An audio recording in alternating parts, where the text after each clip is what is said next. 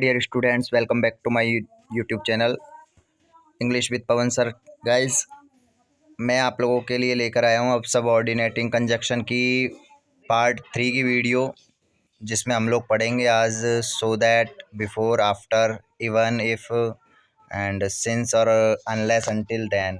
ये वाले जो हैं हमारे कंजक्शन, इनके बारे में हम लोग आज पढ़ेंगे।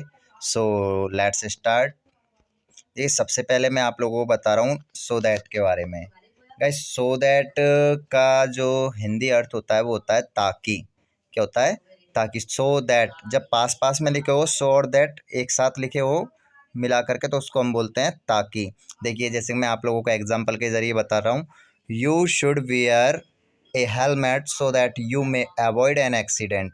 You should wear A helmet so that you may avoid an accident. तो यहाँ मैंने देखिए ये फिल कर रखा है सो दैट। क्या फिल कर रखा है? So that. यानी इसका मतलब क्या होगा? आपको एक हेलमेट पहन लेना चाहिए ताकि you may avoid an accident, ताकि आप एक एक्सीडेंट से बच सको। सेकंड है हमारा, Raju worked very hard so that he may become rich soon. Raju ने कठिन परिश्रम किया, वर्कड वेरी हार्ड। राजू ने कठिन परिश्रम किया सो दैट, ताकि ही मे बिकम रिच सून, ताकि वह जल्दी से जल्दी धनवान बन सके। गाइज, यहाँ पे सो दैट है ना, इसका जो एक्चुअल में यूज़ है वो है पर्पज़ को शो करने के लिए। आपका उद्देश्य क्या है, पर्पज़ क्या है, उसको बताने के लिए। थर्ड एग्जाम्पल है हमारा, Kamal ran fast so that he may catch the thief. Kamal तेज दौड़ा, कमल तेज दौड़ा सो दैट, ताकि ही में कैच द थीफ, ताकि वह चोर को पकड़ सके। नेक्स्ट है हमारा guys, Jyoti drove fast so that she can reach home in time. Jyoti ने तेज वाहन चलाया या ज्योति ने तेज कार चलाई, जो भी उसका। गाइज, ये ड्राइव की सेकंड फॉर्म है ड्रॉप। तो वो क्या है? सेकंड फॉर्म हम लोग यूज करते हैं अपने किसी भी साधन को चलाने के लिए। ठीक है, उसका पर्सनल व्हीकल हो या अदर व्हीकल हो, तो उसको चलाने के लिए हम लोग ड्राइव काम में लेते हैं। Jyoti drove fast so that she can reach home in time. Jyoti ने तेज वाहन चलाया ताकि वह घर पर समय पर पहुंच सके। तो ये हमारा हो गया सो दैट, है ना। ठीक है, मैंने आपको बता दिया इसका ताकि या पर्पज को शो करने के लिए। एक एग्जांपल और है इसका, वो देख लें आप लोग। Vehicles should have power brake so that they can be stopped fast. साधनों में, व्हीकल्स में should have power brake, power brake होने चाहिए ताकि they can be stopped fast, ताकि उनको तेज गति में भी रोका जा सके। ताकि, ठीक है। आपको इस जगह पे आप लोगों को मैं ट्रिक दूं, अगर कुछ थोड़ा समझा सकूँ, तो इसमें आप लोगों को ये ध्यान रखना है, इसमें ज़्यादातर सेंटेंस जो होते हैं ना, उनमें आप लोगों को जो पीछे वाला सेंटेंस है उसमें मे का यूज़ हो रहा होगा या फिर कैन का यूज़ हो रहा होगा। ठीक है, सके के लिए हम लोग इसका यूज़ करते हैं। नेक्स्ट गाइज हमारा before and after. Before and after, तो बिफोर का आप लोग सब जानते हो पहले अर्थ होता है, और आफ्टर का मतलब होता है के बाद में। गाइज, इसमें आप लोगों को ये ध्यान रखना है, बिफोर और आफ्टर से पहले, ठीक है, बिफोर के आगे वाले सेंटेंस में आपको एड प्लस वर्ब की थर्ड फॉर्म यूज करनी है, बिफोर के पीछे वाले सेंटेंस में वर्ब की सेकंड फॉर्म यूज करनी है। ऐसी तरीके से आफ्टर का जब यूज करते हैं तो ये उल्टा हो जाता है, आफ्टर से पहले वर्ब की सेकंड फॉर्म, आफ्टर के बाद में एड प्लस वर्ब की थर्ड फॉर्म। गाइज, ये टॉपिक है ना, बिफोर और एंड आफ्टर का जो यूज़ है, मैंने आप लोगों को correct form of the verb का जो टॉपिक है उसमें मैंने आपको पढ़ा रखा है। इसके अलावा मैंने आपको बता रखा है जो टेंस है, पास्ट परफेक्ट टेंस, उसमें मैंने आपको ये बताया है। चलिए आए स्टार्ट करते हैं। ये एग्जाम्पल भी मैंने गाइज वहाँ समझा रखे हैं। The train had left before I reached the station. मेरे स्टेशन पहुँचने से पहले, मेरे स्टेशन पहुँचने से पहले ट्रेन रवाना हो चुकी थी। हैड लेफ्ट, जा चुकी थी या रवाना हो चुकी थी। सेकंड एग्जांपल हमारा, we had reached home before it rained. We had reached home before it rained, यानी बारिश होने से पहले, बारिश होने से पहले हम घर पहुंच चुके थे। ओके गाइज, हमारा नेक्स्ट एग्जांपल है, the patient had dead before doctor cam.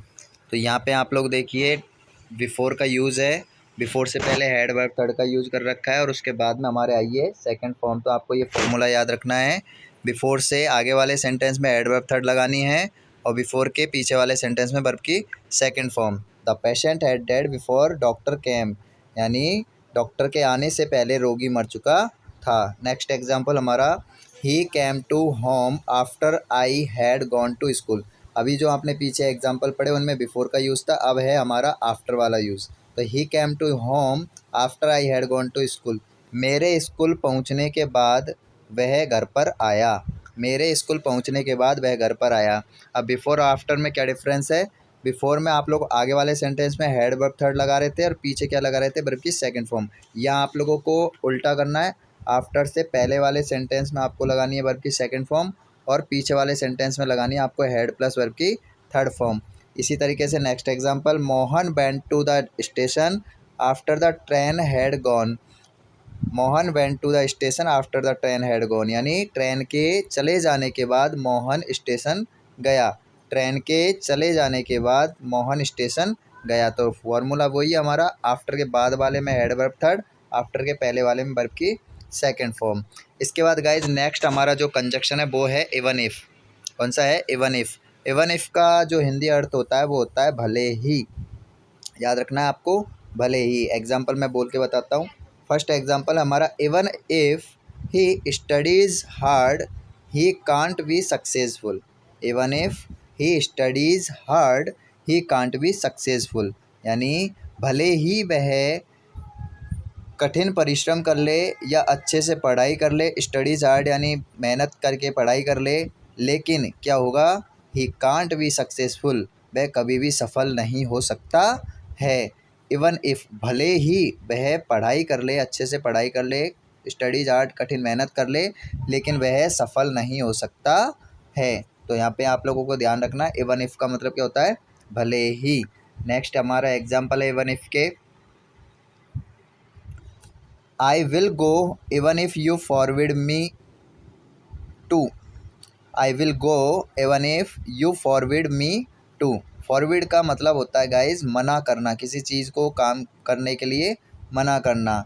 I will go, मैं जाऊँगा, मैं ज़रूर जाऊँगा। इवन इफ़, भले ही। यू फॉरविड मी टू, मुझे जाने की आप मना कर दो, यानी आप मुझे जाने की मना कर दो भले ही, पर फिर भी मैं जाऊँगा। थर्ड एग्जाम्पल हमारा, even if I wash my car it still want look new. Even if I wash my car it still want look new. Want को अगर हम लोग तोड़ें तो वॉन्ट का क्या बोलेगा? Will not. भले ही मैं मेरी कार को धो लूँ, भले ही मैं मेरी कार को धोता हूँ, लेकिन ये क्या है? फिर भी वॉन्ट लुक न्यू, ये नए लुक में नहीं आएगी या ये नए लुक को नहीं देगी। तो कहने का मतलब क्या हुआ? भले ही मैं इसको रोज़ाना धोता हूँ या इसकी वॉश करता हूँ, लेकिन ये क्या है? लुक न्यू, इसका जो लुक है वो नया नहीं दिखाई देता है। नेक्स्ट हमारा, even if they invited me I wouldn't go there. Even if they invited me, भले ही वो हमको आमंत्रित करें, इनवाइट करें, लेकिन आई वुडंट गो देयर, लेकिन मैं वहाँ नहीं जाऊँगा। भले ही वो मेरे को बुलाएं, लेकिन मैं वहाँ नहीं जाऊँगा। नेक्स्ट एग्जाम्पल है इसका, even if she come back I will not talk to her. Even if she come back I will not talk to her, भले ही वह वापस आ जाए, भले ही वह वापस आ जाए, लेकिन मैं उससे बात नहीं करूँगा। भले ही वह वापस आ जाए, लेकिन मैं उससे बात नहीं करूँगा। नेक्स्ट है हमारा, even if you take a taxi you will still miss your plan.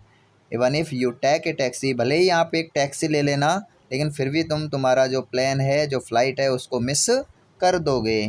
भले ही आप टैक्सी ले लेना, लेकिन फिर भी क्या है? तुम अपने प्लान या फ़्लाइट को मिस कर दोगे। तो आपको ये था इवन इफ़ का फॉर्मूला, ठीक है। और इवन इफ़ के बारे में मैंने आपको बताया। अब आपको याद रखना है गाइस सिंस। नेक्स्ट हमारा जो कंजक्शन है वो है हमारा सिंस। सिंस का हिंदी ट्रांसलेशन, हिंदी अर्थ जो होता है वो होता है जब से, और एक होता है हमारा क्योंकि। क्योंकि ये दोनों ही सेंस में आता है, रीज़न के लिए भी काम में आता है और एक होता है हमारा टाइमिंग को शो करने के लिए। तो सिंस के दोनों ही अर्थ आपको याद रखने हैं, जब से और क्योंकि। फर्स्ट एग्जांपल देखते हैं, nobody has seen her since Samira went to London 3 years ago। Nobody has seen her since Samira went to London 3 years ago, यानी किसी ने भी समीरा को नहीं देखा है। कब से नहीं देखा है? जब से। समीरा कहाँ गई है? 3 साल पहले जब से समीरा लंदन गई थी, तब से समीरा को किसी ने भी नहीं देखा। तो यहाँ पे जो सिंस है वो टाइम के सेंस में प्रयोग किया गया है। सिंस का मतलब यहाँ पे अर्थ लगाना आपको जब से। Next example, I have been very busy since I started my new job. I have been very busy since I started my new job, यानी मैं बहुत व्यस्त रहने लगा हूँ या मैं बहुत व्यस्त रहता हूँ। कब से? सिंस मीन्स जब से। आई स्टार्टेड माय न्यू जॉब, जब से मैंने मेरी नई जॉब शुरू की है तब से मैं बहुत व्यस्त रहने लगा हूँ, बिजी रहने लगा हूँ। Third example, she has changed a lot since her marriage.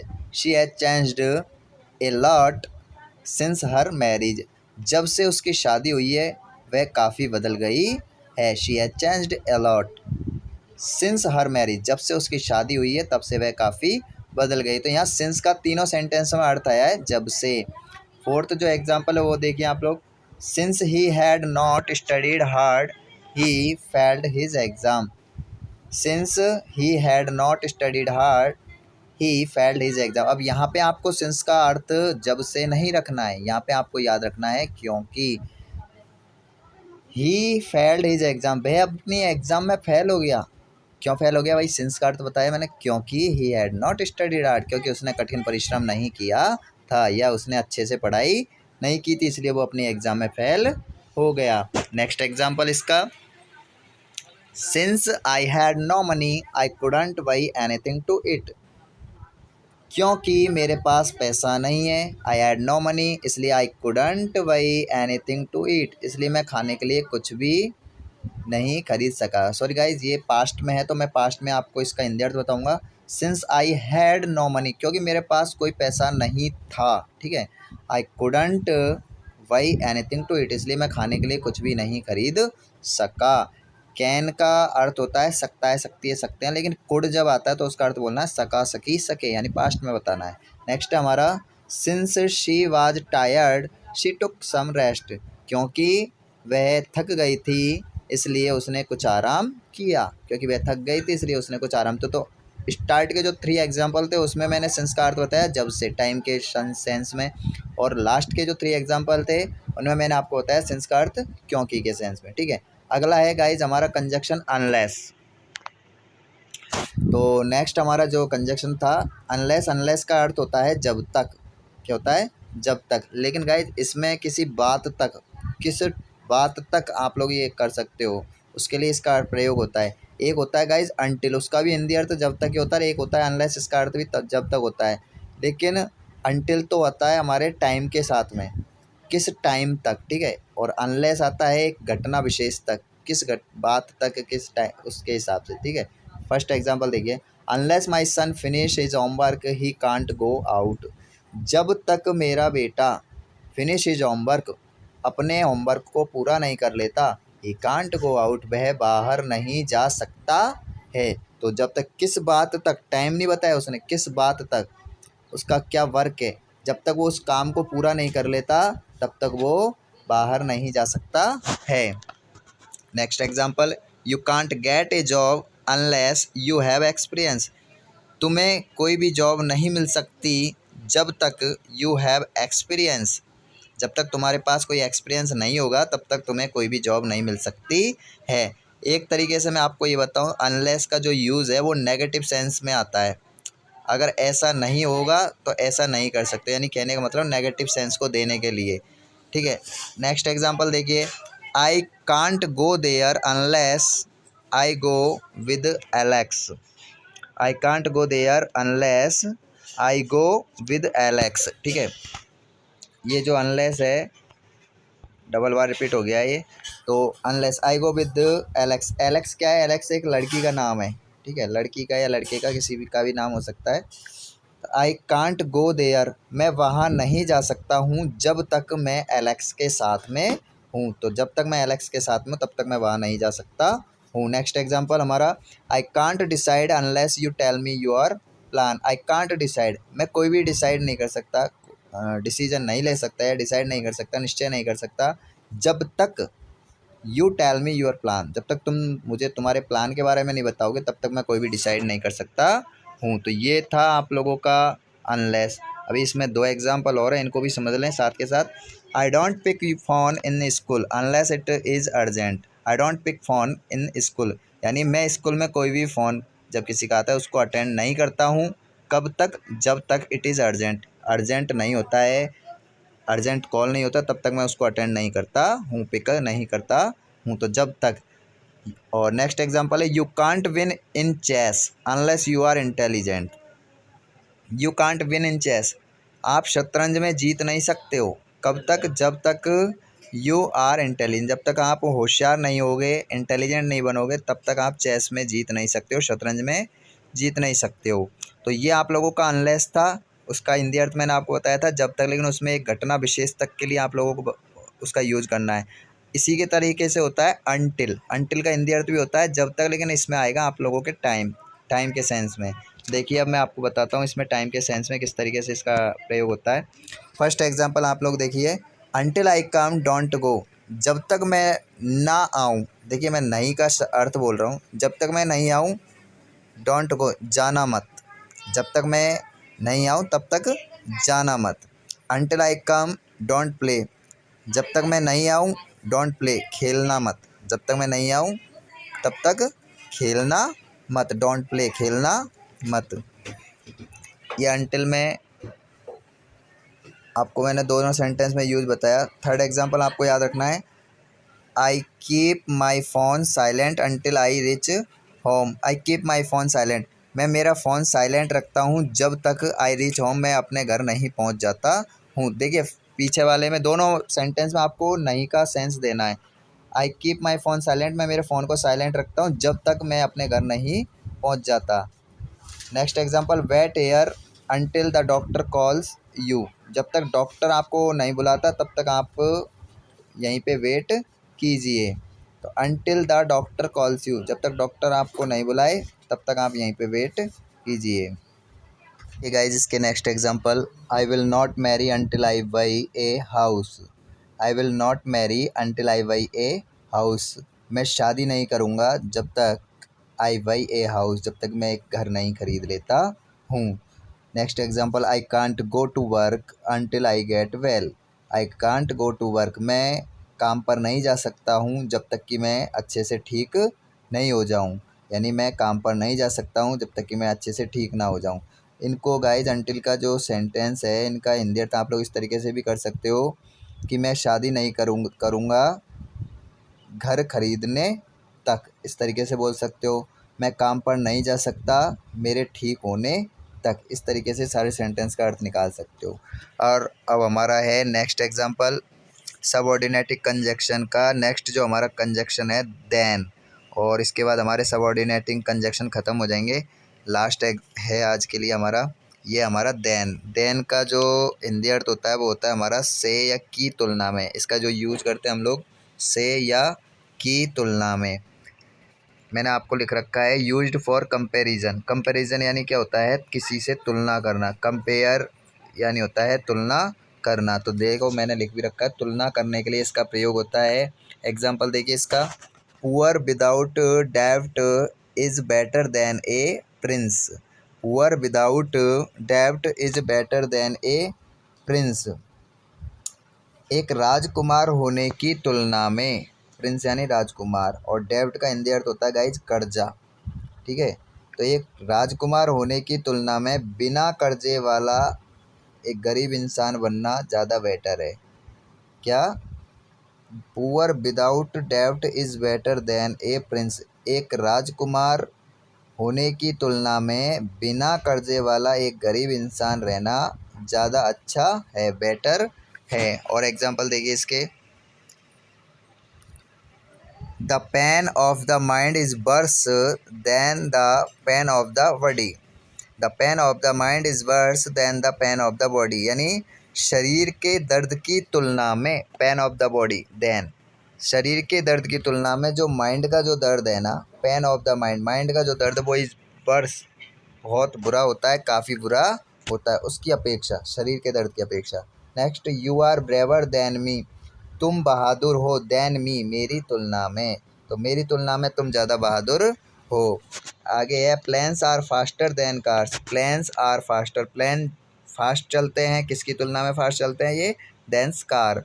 तो कार की तुलना में प्लेन फास्ट होते हैं, फास्ट चलते हैं। एंड लास्ट हमारा एग्जांपल है इसका शायद, English is easier than mathematics. English is easier than mathematics. English गणित की तुलना में सीधी है। इंग्लिश गणित की तुलना में सीधी है। आप लोगों को ये ध्यान रखना है, जब भी हमें कंपेयर करना हो और जब भी हम लोग देन का यूज़ करें तो वहाँ पे आप लोगों को डिग्री मैंने आपको बता रखी है, कंपैरेटिव, सुपरलेटिव। सबसे पहली हमारी पॉजिटिव होती है, उसके बाद कंपैरेटिव डिग्री, उसके बाद सुपरलेटिव डिग्री।